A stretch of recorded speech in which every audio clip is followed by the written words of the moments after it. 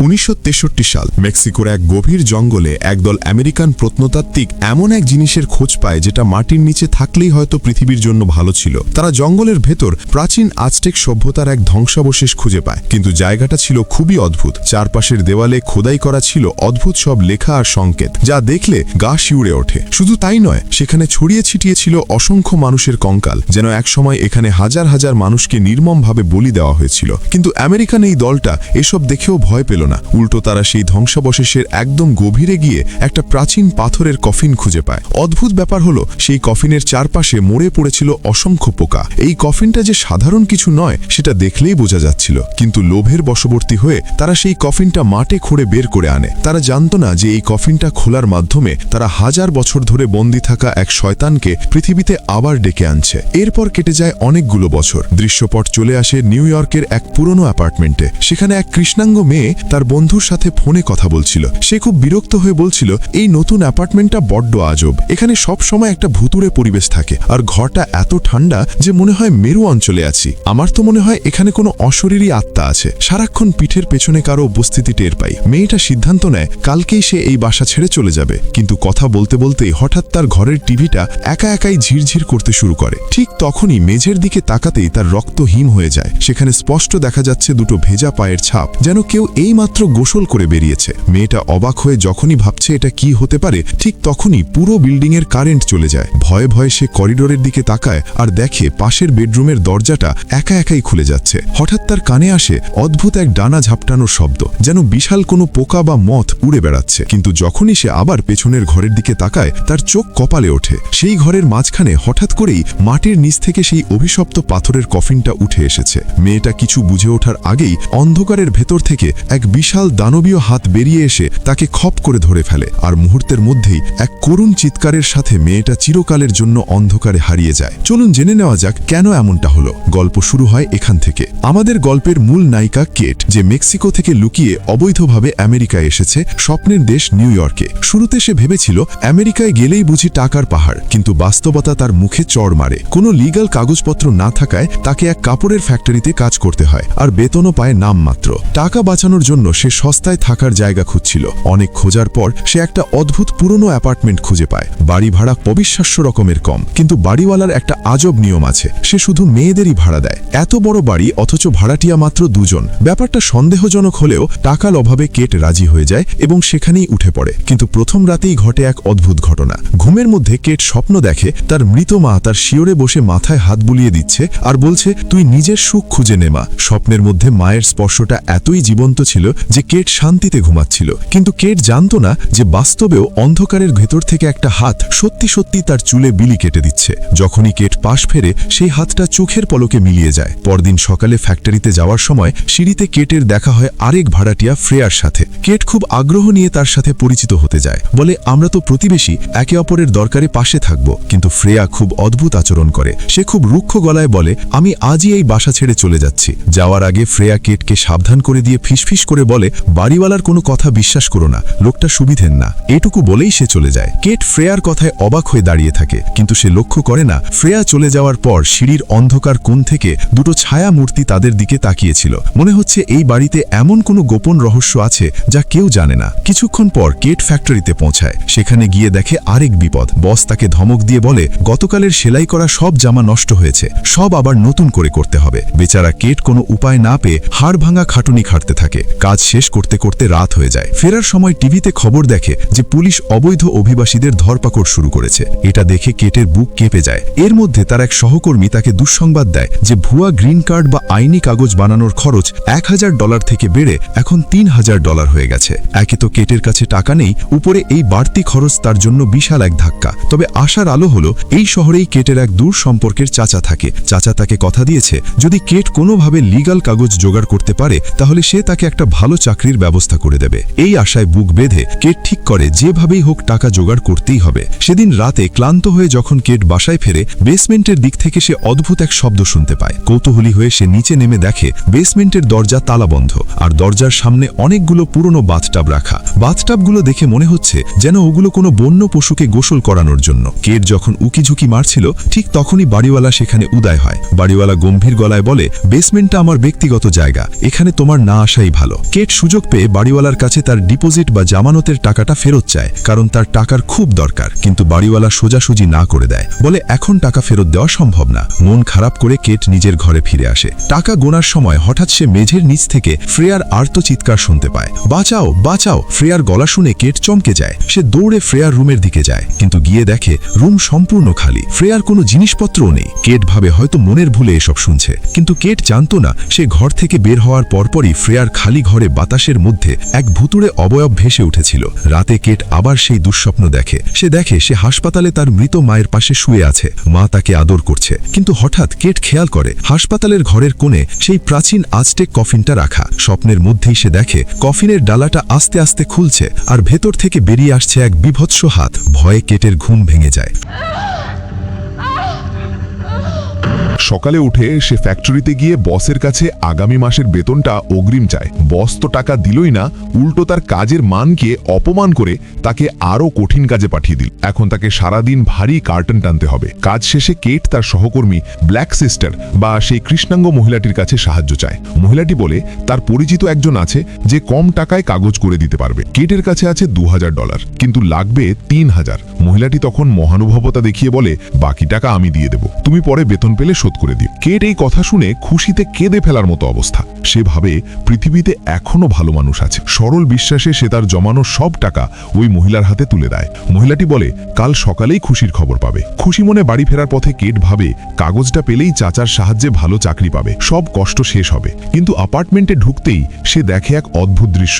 বেসমেন্টের দরজায় এক লোক পাগলের মতো নিজের মাথা ঠুকছে, ডুম ডুম শব্দ হচ্ছে। দৃশ্যটা দেখে কেটের ভেতরটা কুঁকড়ে যায়। সে কোনো মতে নিজের ঘরে চলে আসতে চায়। কিচেনের সামনে দিয়ে যাওয়ার সময় সে দেখে দুজন নতুন মেয়ে এসেছে। তারাও সস্তায় বাসা পেয়ে এখানে উঠেছে। তাদের সাথে কথা বলে কেট একটু স্বস্তি পায়। এমন সময় বাড়িওয়ালা আসে। কেট তখন সেই মাথা ঠোকানো লোকটার কথা জিজ্ঞেস করলে বাড়িওয়ালা হেসে বলে, ওটা আমার ভাই, ওর মানসিক সমস্যা আছে, তোমরা ভয় পেও না। তার কথায় আশ্বস্ত হয়ে কেট নিজের ঘরে যায়। কিন্তু কিছুক্ষণ পর কেট দেখে বাড়িওয়ালার ঘরের দরজা খোলা। কৌতূহল সামলাতে না পেরে সে পা টিপে টিপে ভেতরে ঢোকে। ঘরের ভেতরটা ছিল অদ্ভুত। দেওয়ালে সারি সারি মরা পোকা বা মথ পিন দিয়ে আটকানো। টেবিলের ওপর একটা পুরনো টেপ রেকর্ডার ঘুরছে, সেখান থেকে বেরোচ্ছে অদ্ভুত এক মন্ত্রপাঠের শব্দ।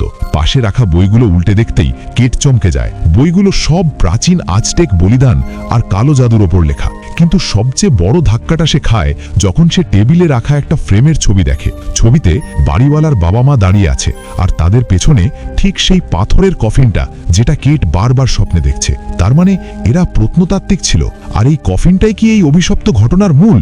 কেট যখন এসব ভাবছে হঠাৎ টেপ রেকর্ডার থেকে এক বিকট চিৎকারের শব্দ ভেসে আসে। ভয়ে কেটের হাত থেকে ছবিটা পড়ে যায়। সে ছবিটা তুলতে গিয়ে অনুভব করে তার ঠিক ঘাড়ের কাছে কেউ দাঁড়িয়ে আছে। এক হিম শীতল নিঃশ্বাস তার গায়ে লাগছে। সে ঝট করে পেছনে তাকায়, কিন্তু কেউ নেই। কেট দ্রুত ছবিটা জায়গা মতো রেখে পালিয়ে আসে, কিন্তু সে দেখতে পায় না সে ঘর থেকে বের হওয়ার সাথে সাথেই তার পেছনে দাঁড়িয়ে ছিল এক বিশাল ছায়ামূর্তি। পরদিন সকালে কেটের মাথায় আকাশ ভেঙে পড়ে। সেই টাকা নেওয়া সহকর্মীকে ফোন করে, কিন্তু ফোন বন্ধ। ফ্যাক্টরিতে গিয়ে শোনে ওই মহিলা কাজ ছেড়ে দিয়েছে। কেট বুঝতে পারে সে প্রতারিত হয়েছে, তার সব জমানো টাকা শেষ। রাগে দুঃখে সে ফ্যাক্টরির বসের সাথে চেঁচামেচি করে ফেলে, আর বস তাকে ঘাড় ধাক্কা দিয়ে কাজ থেকে বের করে দেয়। সব হারিয়ে নিঃস্ব কেট আবার সেই অভিশপ্ত অ্যাপার্টমেন্টে ফিরে আসে। নিজেকে একটু শান্ত করার জন্য সে বাথরুমে শাওয়ার নিতে যায়। তখনই সে আবার শুনতে পায় ফ্রেয়ার সেই করুণ আরতি। কেট বাথরুমের পর্দার দিকে তাকায়, দেখে পর্দার ওপাশে একটা ছায়া ধীরে ধীরে তার দিকে এগিয়ে আসছে। ছায়াটা দেখতে হুবহু ফ্রেয়ার মতো। ভয়ে কাঁপতে কাঁপতে কেট পর্দা সরায়, কিন্তু সেখানে কেউ নেই। ভয়ে তার আত্মা শুকিয়ে যায়। সে কাপড় পরে দৌড়ে বাথরুম থেকে বের হতেই বাড়িওয়ালার সাথে ধাক্কা খায়। সে বাড়িওয়ালাকে ফ্রেয়ার কথা জিজ্ঞেস করে, কিন্তু বাড়িওয়ালা বলে ফ্রেয়া তো কবেই চলে গেছে। কেট তখন মরিয়া হয়ে তার ভাড়ার টাকা ফেরত চায়। বাড়িওয়ালা এবার আর না করে না। সে মুচকি হেসে বলে, আমার কাছে এখন ক্যাশ নেই, কাল সকালে এসো, আমি সব টাকা দিয়ে দেব। কেট ভাবে যাক, অন্তত কিছু টাকা টাকা তো পাওয়া যাবে। এটাই তার শেষ সম্বল। রাতে কেট যখন ঘুমাচ্ছিল, জানালা দিয়ে একটা বড় মথ বা পোকা উড়ে এসে তার বিছানায় বসে। বিরক্ত হয়ে কেট সেটাকে থাপ্পড় মেরে ফেলে। কিন্তু অবাক করা কাণ্ড, মরা পোকাটা চোখের সামনে আবার ডানা ঝাপটে উড়ে যায়। কেট নিজের চোখকে বিশ্বাস করতে পারে না। ঠিক তখনই সে অনুভব করে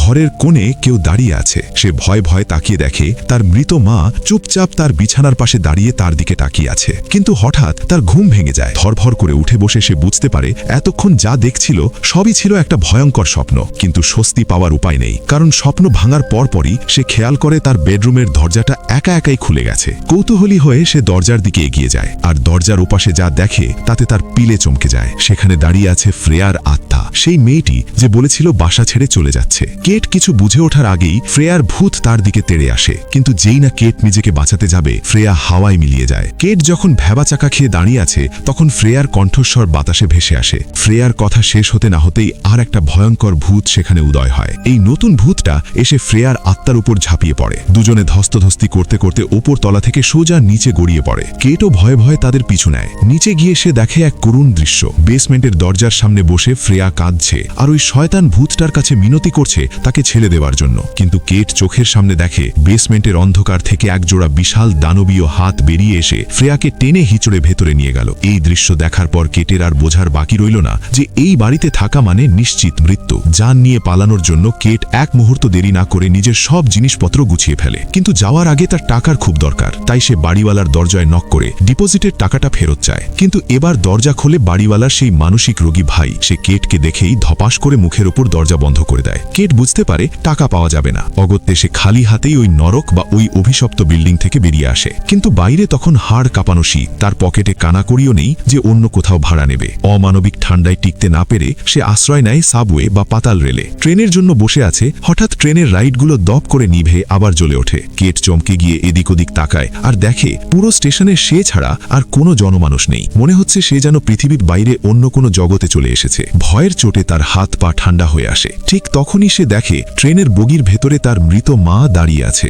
আর তার পাশে সেই ভয়ঙ্কর অ্যাজটেক কফিনটা। কফিনের ঢাকনাটা আস্তে আস্তে খুলে যাচ্ছে, আর ভেতর থেকে এক বিদঘুটে দানব হামাগুড়ি দিয়ে বেরিয়ে আসছে। দানবটা কিরকম সেটা দেখার আগেই কেটের ঘুম ভেঙে যায়। ধরফর করে উঠে এসে দেখে সে একটা কফি শপে বসে আছে। মানে এতক্ষণ যা দেখছিল সেটা আবার সেই ভয়ঙ্কর স্বপ্ন ছিল। সে হয়তো কফিতে চুমুক দিতে দিতেই ঘুমিয়ে পড়েছিল। ঠিক তখনই সেখানে হাজির হয় সেই শয়তান বাড়িওয়ালা। সে কেটকে জিজ্ঞেস করে, তুমি না বলে চলে এলে কেন? কেট ভয়ে কিছু বলে না। বাড়িওয়ালা তখন লোভ দেখায়, তোমার টাকা আমি তুলে এনেছি, যদি টাকা চাও তো আমার সাথে বাসায় চলো। কেট জানে ওই বাসায় ভূত আছে, কিন্তু পেটের দায় আর টাকার অভাব মানুষকে কত নিচে নামাতে পারে। তার কাছে আর কোনো উপায় ছিল না, তাই সে বাড়িওয়ালার সাথে আবার ওই মরণ কূপে ফিরে যায়। বাসায় ফেরার পর বাড়িওয়ালা বলে, টাকা তোমার ঘরে রাখা আছে। কেট যখন নিজের ঘরে ঢোকে তখন বাড়িওয়ালার আচরণ একদম পাল্টে যায়। সে পাগলের মতো বলতে শুরু করে, আমার বাবা ছিল বড় প্রত্নতাত্ত্বিক, সে মাটির নিচ থেকে আজব সব জিনিস আনত। শেষে বাবা পাগল হয়ে মাকে খুন করেছিল। কেট বুঝতে পারে এই লোকটাও পাগল। সে পালাতে চায়, কিন্তু দরজা দিয়ে বের হওয়ার আগেই বাড়িওয়ালার সেই গুন্ডা ভাই এসে কেটের মাথায় এক জোর আঘাত করে, আর কেট জ্ঞান হারিয়ে লুটিয়ে পড়ে। জ্ঞান ফেরার পর কেট শুনতে পায় বাকি দুই নতুন ভাড়াটিয়া মেয়ে তার দরজায় পাগলের মতো ধাক্কা দিচ্ছে। তারা চিৎকার করে বলছে, এই বাড়িতে সমস্যা আছে, আমরা আমাদের মৃত আত্মীয়দের দেখছি। কেট বুঝতে পারে ওই কফিনটাই সব নষ্টের মূল। হঠাৎ চোখের পলকে দৃশ্যপট বদলে যায়। কেট দেখে সেই দুই মেয়ে গায়েব, আর ঘর ভর্তি শুধু প্রেতাত্মা। তারা সবাই কেটের দিলে তাকিয়ে আছে। দরজায় আবার তার মায়ের আত্মা দাঁড়িয়ে দু হাত বাড়িয়ে ডাকছে। কিন্তু এবার ফ্রেয়ার আত্মা এসে কেটকে বাঁচায় এবং ধাক্কা দিয়ে বাস্তবে ফিরিয়ে আনে। বাস্তবে ফিরে কেট দেখে বাড়িওয়ালার দুই ভাই মিলে ওই নতুন দুই মেয়েকে মারধর করছে। কেট তাদের বাঁচাতে গেলে সেই শক্তিশালী ভাইটা তাকে আছাড় মারে। ঠিক এমন সময় দরজায় কড়া নাড়ে কেটের সেই চাচা। চাচা কেটকে খুঁজতেই এসেছে। শয়তান দুই ভাই কেটকে লুকিয়ে ফেলে, আর চাচাকে বলে কেট চলে গেছে। কিন্তু চালাক চাচা ঘরের কোণে কেটের ব্যাগ দেখতে পায়। ওদিকে কেট ও জানালা দিয়ে চিৎকার করে সাহায্য চায়। চাচা তখন দরজা ভেঙে ভেতরে ঢুকে পড়ে, কিন্তু হায় কপাল, পেছন থেকে বাড়িওয়ালার ভাই এসে লাঠি দিয়ে চাচার মাথায় মারে একবারই। রক্তে ভেসে যায় মেঝে। কেটের শেষ ভরসাটুকুও শেষ হয়ে যায়। এরপর সেই শয়তান ভাইরা কেটকে বেঁধে ফেলে, তার মুখে অদ্ভুত এক পাউডার আর ছাই মাখিয়ে দেয়। বাড়িওয়ালা বলে, এসব করছি আমার ভাইকে সুস্থ করার জন্য। কেটকে তারা চ্যাংদোলা করে বেসমেন্টে নিয়ে যায়। যাওয়ার পথে কেট দেখে সিঁড়িতে আর দেওয়ালে অসংখ্য মেয়ের আত্মা দাঁড়িয়ে আছে। এরা সবাই এই দুই ভাইয়ের হাতে খুন হয়েছে।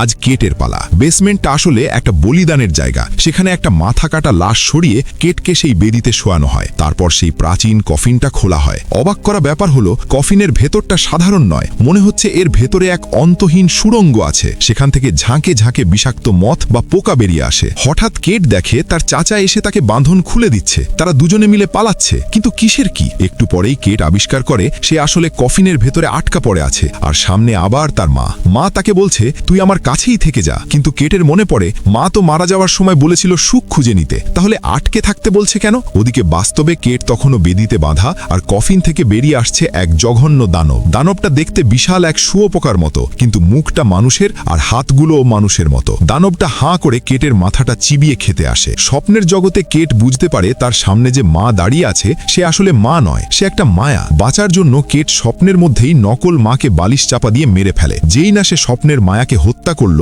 বাস্তবে ওই দানবটা ভয় পেয়ে পিছিয়ে গেল, কারণ এই দানব শরীর খায় না, সে খায় ভয় আর মানুষের আত্মা। কেটের ভয় কেটে গেছে, তাই দানবটা দুর্বল হয়ে কফিনে ঢুকে গেল। এই সুযোগে কেট জ্ঞান ফিরে পায়। সে দেখে পাশে একটা ধারালো বড় ছুরি বা চাপাতি রাখা, সে সেটা তুলে নেয়। ওদিকে ওপরতলায় দুই ভাই অবাক হয়ে ভাবছে, কিরে ভাই, দানব তো মেয়েটাকে খেলো, তাহলে আমার ভাই সুস্থ হচ্ছে না কেন? ছোট ভাই দেখতে নিচে নামে। দরজা খোলার সাথে সাথেই কেট কোপ বসিয়ে দেয় তার গায়ে। ছোট ভাই ওখানেই শেষ। এবার বড় ভাই তেড়ে আসে, সে কেটের পা ভেঙে দেয়। কিন্তু কেট এখন আর সাধারণ মেয়ে নয়, সে বাঘিনীর মতো লড়াই করে বড় ভাইয়ের গলায় ছুরি বসিয়ে দেয়, তারপর কুপিয়ে শেষ করে দেয়। কেট ওই আধা মরা বাড়িওয়ালাকে টেনে হিঁচিড়ে বেসমেন্টে নিয়ে যায়। সে ওই শয়তানকে বেদিতে বেঁধে দেয় আর বলে, এবার তুই দানবের খাবার হ।